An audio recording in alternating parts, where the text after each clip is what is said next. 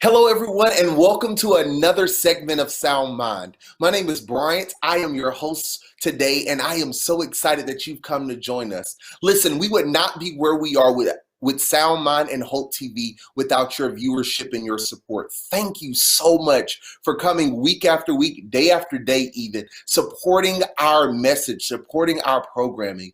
I appreciate you dearly, specifically from Sound Mind. Listen, I need you to do the same thing we do every week. I need you to share this stream with at least 5 people. Do it. If you're on Facebook, you can start a watch party. If you're on YouTube, take that link, share it with some people, your friend group, your cousins. This is a conversation that you want to be a part. It's called Survivors Month, and we're going to talk about a little bit more of that in a second. While we're on this note of saying thank you, we definitely want to take a moment and pause and thank our producer and senior visionary, Dr. E. Dewey Smith Jr. Thank you, sir, for creating a platform for us to talk about mental and emotional health. It's a conversation that's needed within not just the Christian community, but even our cultural community. And we are so indebted to you for that. Last but not least, there are some special people in the background making this happen literally right now. And we just want to say thank you for all the assistant producers, specifically mine, and those individuals in broadcast and everything you do. I just want to say thank you. I really appreciate you. So this month, if you've been following along, we are celebrating I Am a Survivor month. Now listen, we have covered two phenomenal interviews about breast cancer awareness with Miss Alicia Brown Young and Miss Maxine Alexander. Then after that, we had an impactful conversation where we brought awareness to pregnancy and infant loss. And today we're going to continue that conversation today. So Sound Mind family, please join me in welcoming Miss Keandria Williams. Hello. Hi. Thank you so much for being here today. No problem. All right. So we want our time on this segment tends to go by really fast, and we want to give you enough time to share your story. Would you please kind of share with us your experience and journey through infant loss? Okay. Well, my infant was born in November of 2011, and shortly thereafter, he was taken to the NICU for what we would call RDS, respiratory distress syndrome. He was having a little gulpy breathing, and he was placed on a ventilator and given surfactant, to clear the respiratory distress syndrome. After about 5 days, I got a phone call saying that I need to come to the hospital as soon as possible, that he was experiencing some breathing issues and his lungs had collapsed. Once I got there, they basically didn't have much to say about it because they didn't know what was wrong. And a few days later, after getting him transported to Eggleston, we found out that during the time period when his lungs collapsed, he coded for 53 minutes.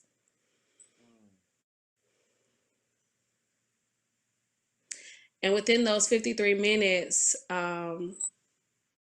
he had no brain function. He was completely brain dead. And I was told that basically at that moment, that I basically needed to let him go and go be with God.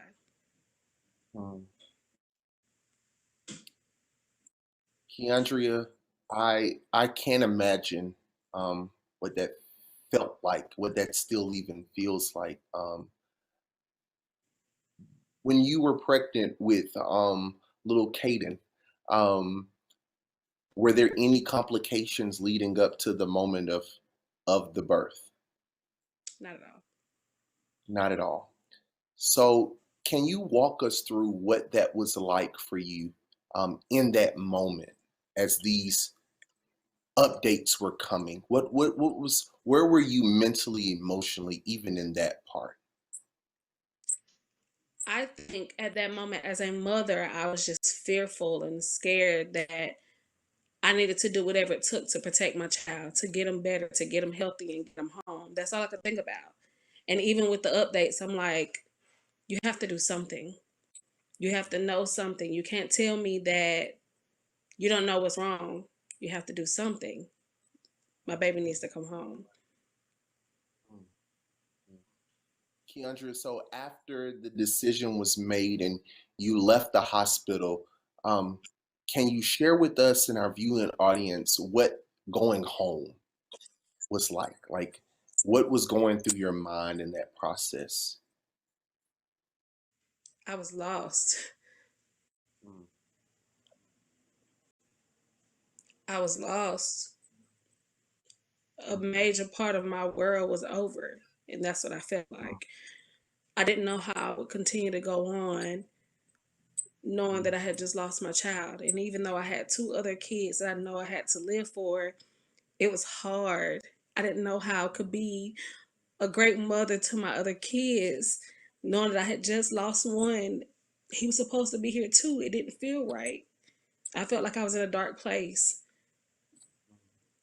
How long did that dark place, and I'm not saying that it's not even a struggle to this day. I know I can only imagine that it's a day-to-day battle, but that heaviest of dark place, how long did that last in that moment for you? For years, I was in a Mm, slump. I didn't want to do anything. I didn't want to be around people. I didn't want to go anywhere. It lasted for years. I was in a very dark space. mm. Now, Keandria, I normally wait to the end to ask some more for like a reflective question for our audience, but I feel like right now there may be somebody that's literally living that right now. Some young woman, some um, partner out there that is experiencing this. What would you say to someone now, being on the other side of that some years ago, but knowing that they are sitting in it fresh right now? What would you say to them in that place they're in? I would say, as hard as it may seem, to trust God. Mm, That's one of the biggest things I had to say to myself every day is that, Lord, I trust you. This was mm, hard, but I had to no choice but to trust him. mm, I knew that he wouldn't put no more on me than I can bear. And I know that for those who may be going through the very same thing, one thing I had to realize is that me losing my baby at the time that I lost my baby wasn't for me. It was for mm, those around me who were going through the same thing or could be very well later on down the line go through these very same things that I experienced. I was a very quiet individual back then, but I felt like experiencing and going through the experience of losing my son helped me find my voice mm, to be able to help uplift and mentor and support so many other women who are going through the very same thing that I've been experiencing all these years. And it mm, took nothing but God. I had to pray and I had to plead to him and I had to trust him. I had mm, I felt like no one else understood me. I had no choice but to lean on him. mm. Saying even in that moment, having no one else, what was your community circle like during that experience? Was it difficult for people to walk with you during that time? Did people know what to say in that? Did you feel comforted even with people being around? Honestly, no. Hmm. I'm People were around, people would send their condolences, people would say I love you, but I felt like in that moment I was standing in a world full of people who don't understand me and don't understand how I feel. They didn't get it. And for a lot of people that say, "Hey, I know how you feel," they didn't get it. They couldn't have. I find that that's a very insensitive statement for people to make. I know how you feel. It's crazy, and even with what you shared, I'm even I let me be honest with you, Keandria. I'm stuck at the point of having to make a decision to just let him go. Like I'll just be honest with you, the strength and the tenacity it takes even in that moment. Um, how did you find the courage even in that moment to do that?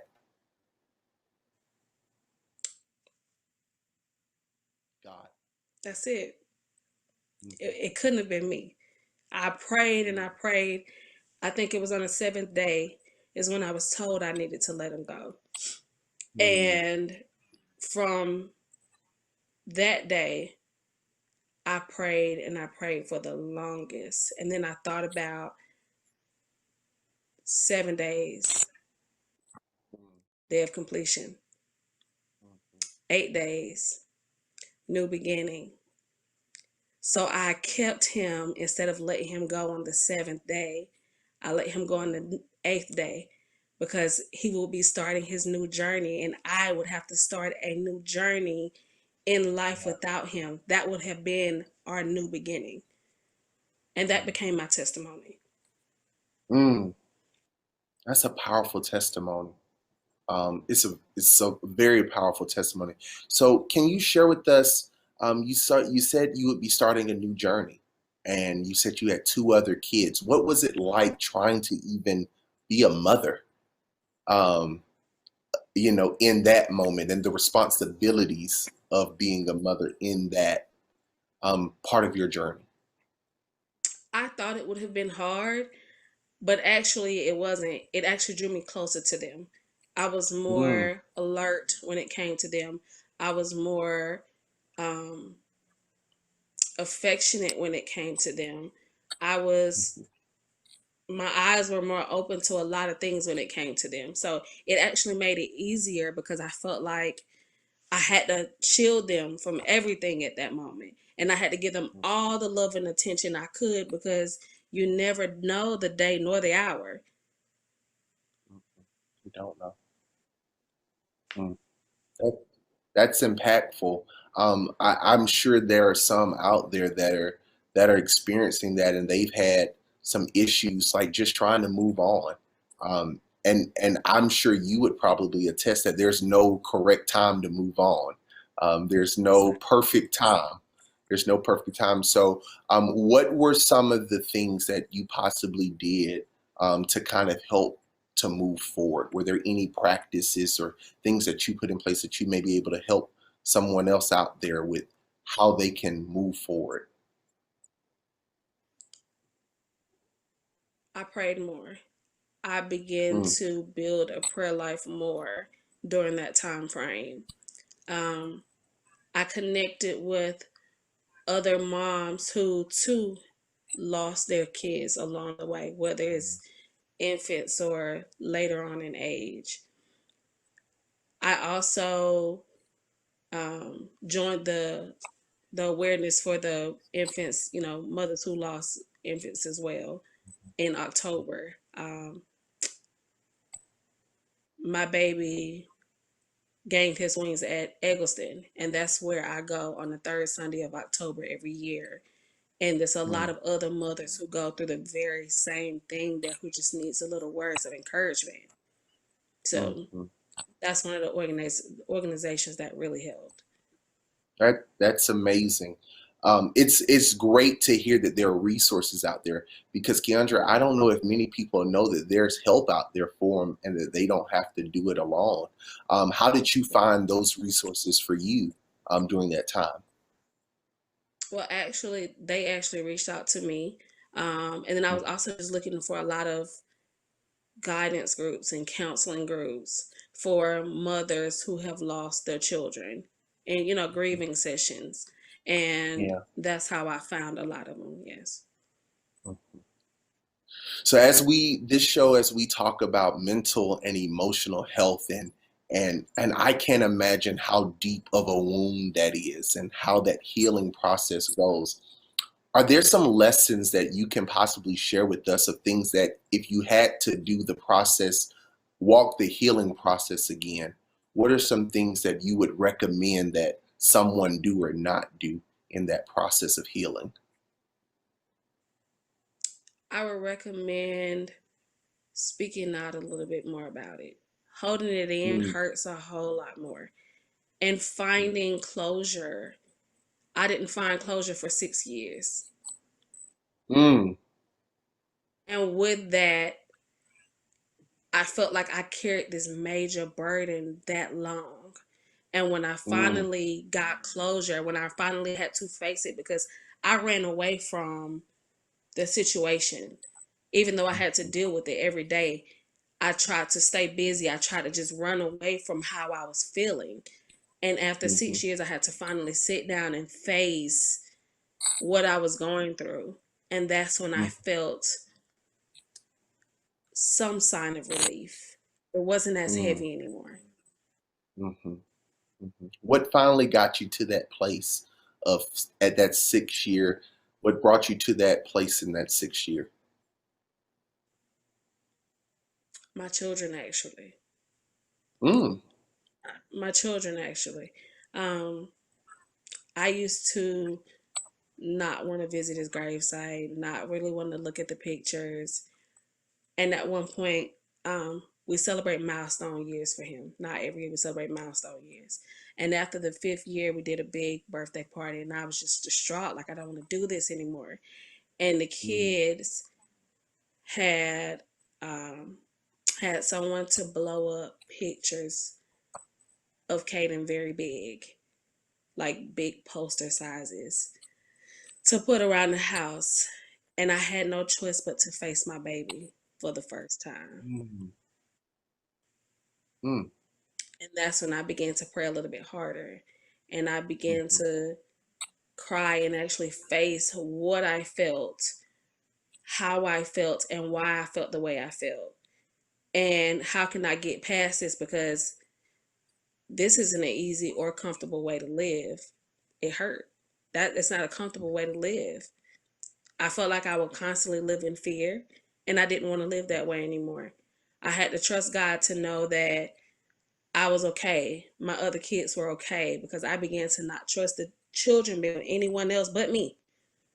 mhm, mhm. That So no, no, no. I hear you.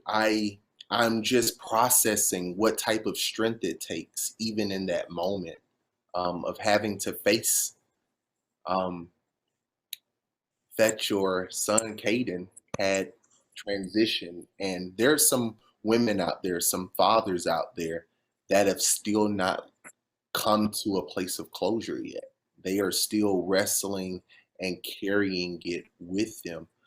What would you say to them that are still like carrying it? It's been a few years, it's been a few months, and they just still won't accept it or face it. Is there something that you needed to hear in that time that you may be able to share with them now? for me, it took for me to really realize that the little time that Caden spent here, I learned a lot. And even in my grieving process, I didn't pay attention to that. So I had to know that there was a purpose in his little time here. And I had to realize what that purpose was in order for me to be able to move forward. So understand that there's a purpose in life and in death. Mm. Whew. And that we That's have good. to learn in order um to be able to begin to heal. Mhm. Some people don't know that. Some people don't understand that. Just the It's a purpose purpose. alone made me feel a different way, made me look at Mm, things differently. mm, mm. That's powerful. That is so powerful. So, as I told you, this time goes by so fast, and there's a lot of questions in my head. You talked about your children. What's the age difference? What was the age difference between them and Caden when he was first born? When he was first born, one was 4, one was Mm, 2. gotcha. So how did you introduce what happened to them, or um, what did that look like? That was the hardest part. That was the Mm, hardest part for me. Um, I just had to continue to tell them that he went with God, and they was like, oh, okay, well, can we go with God too? And at that age, they didn't understand. They didn't yeah. know what was going on, and they would say, oh, okay, well, when God gonna send him back? Or Mm, today's Caden's birthday. Can we go to heaven and see him for his birthday? And it would just break me. But those are mm, the innocence within them. yeah. And as they got older, it was a little bit easier to explain to them, look, Caden physical body is here at this cemetery, but his spirit lives on with God in heaven. And we may not be able to see him, but we can definitely feel him. And then when you get to a certain point in your life, you'll be able to hear him. Mhm, mhm. That's beautiful. I've heard stories from some other mothers, and they've expressed the same thing. It's a hard thing to introduce that idea, that concept to your children because they're innocent. They don't always understand. And for you that may be out there watching tonight, what I really hear from Keandria is just you got to go with what's natural. Whenever that natural moment comes up, don't force it, but it's going to present itself, and you'll be strong with the help of God to navigate through that. Well, Keandria, I don't know if you know this, but your story is so impactful. You are a woman of strength, and you are encouraging so many out there. Um, there are a lot of people that are very quiet about this journey and process, but so many women, especially within the Black community, go through it. And so I want to thank you for your courage for sharing. Those that are in the comments now, can you just send a little love to Keandria so she can see your love and support, um, and just tell her how blessed you were and impacted by her story. Keandria, before we leave, I want to just leave a little bit more space and time for you to share some nuggets or a nugget with us, just for those women and men who have lost children and are dealing with it now. Can you just share something that may help them through their journey, through their process in life, where they are now? I would say, most of all, trust God and know that those babies are in a better place and they're not hurting. And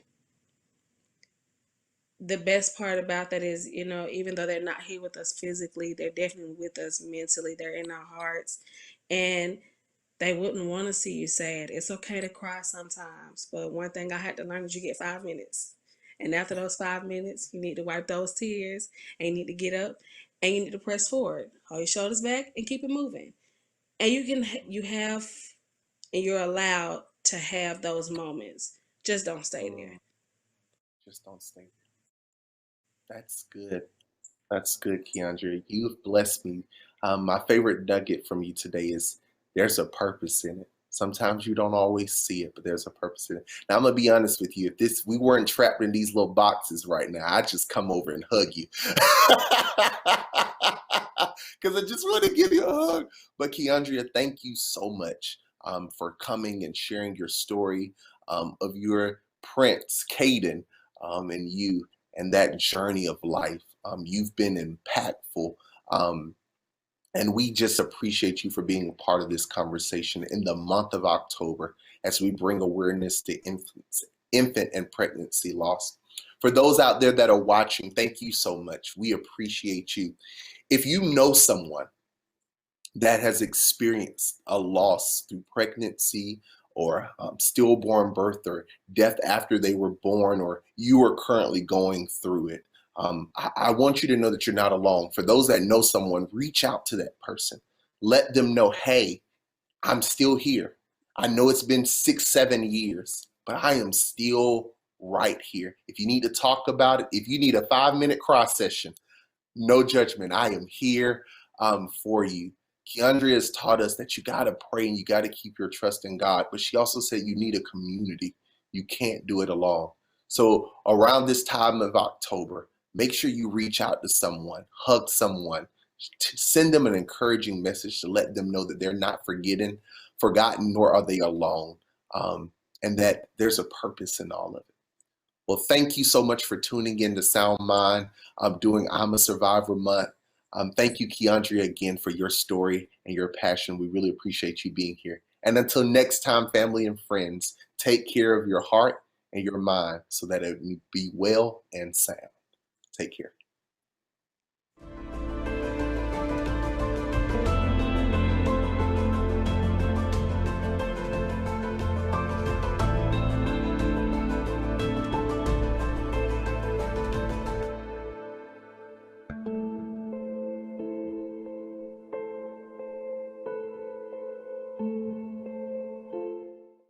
Washington is working really well for the folks who are well connected. But for people in the communities that I serve and people sitting around their kitchen table right now, I don't think it's working well. I still believe in the American dream, but there's a disconnect between the American people and what we're getting in Washington. We're seeing how this is working, and so I would challenge the people of Georgia to try something different. I'm Raphael Warnock, and I approve this message. Man up now, man up. By 16 years old, I was on my own. Paying for everything? Paying for the bills. I had a little telemarketing job that I was working at night, going to high school during the day.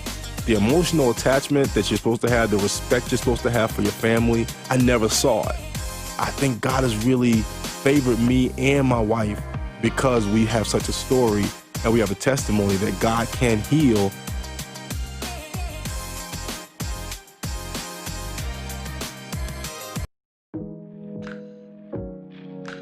A major part of my world was over. There was a purpose in his little time here. And I had to realize what that purpose was in order for me to be able to move forward. So understand that there's a purpose in life and in death. Experiencing and going through the experience of losing my son helped me find my voice.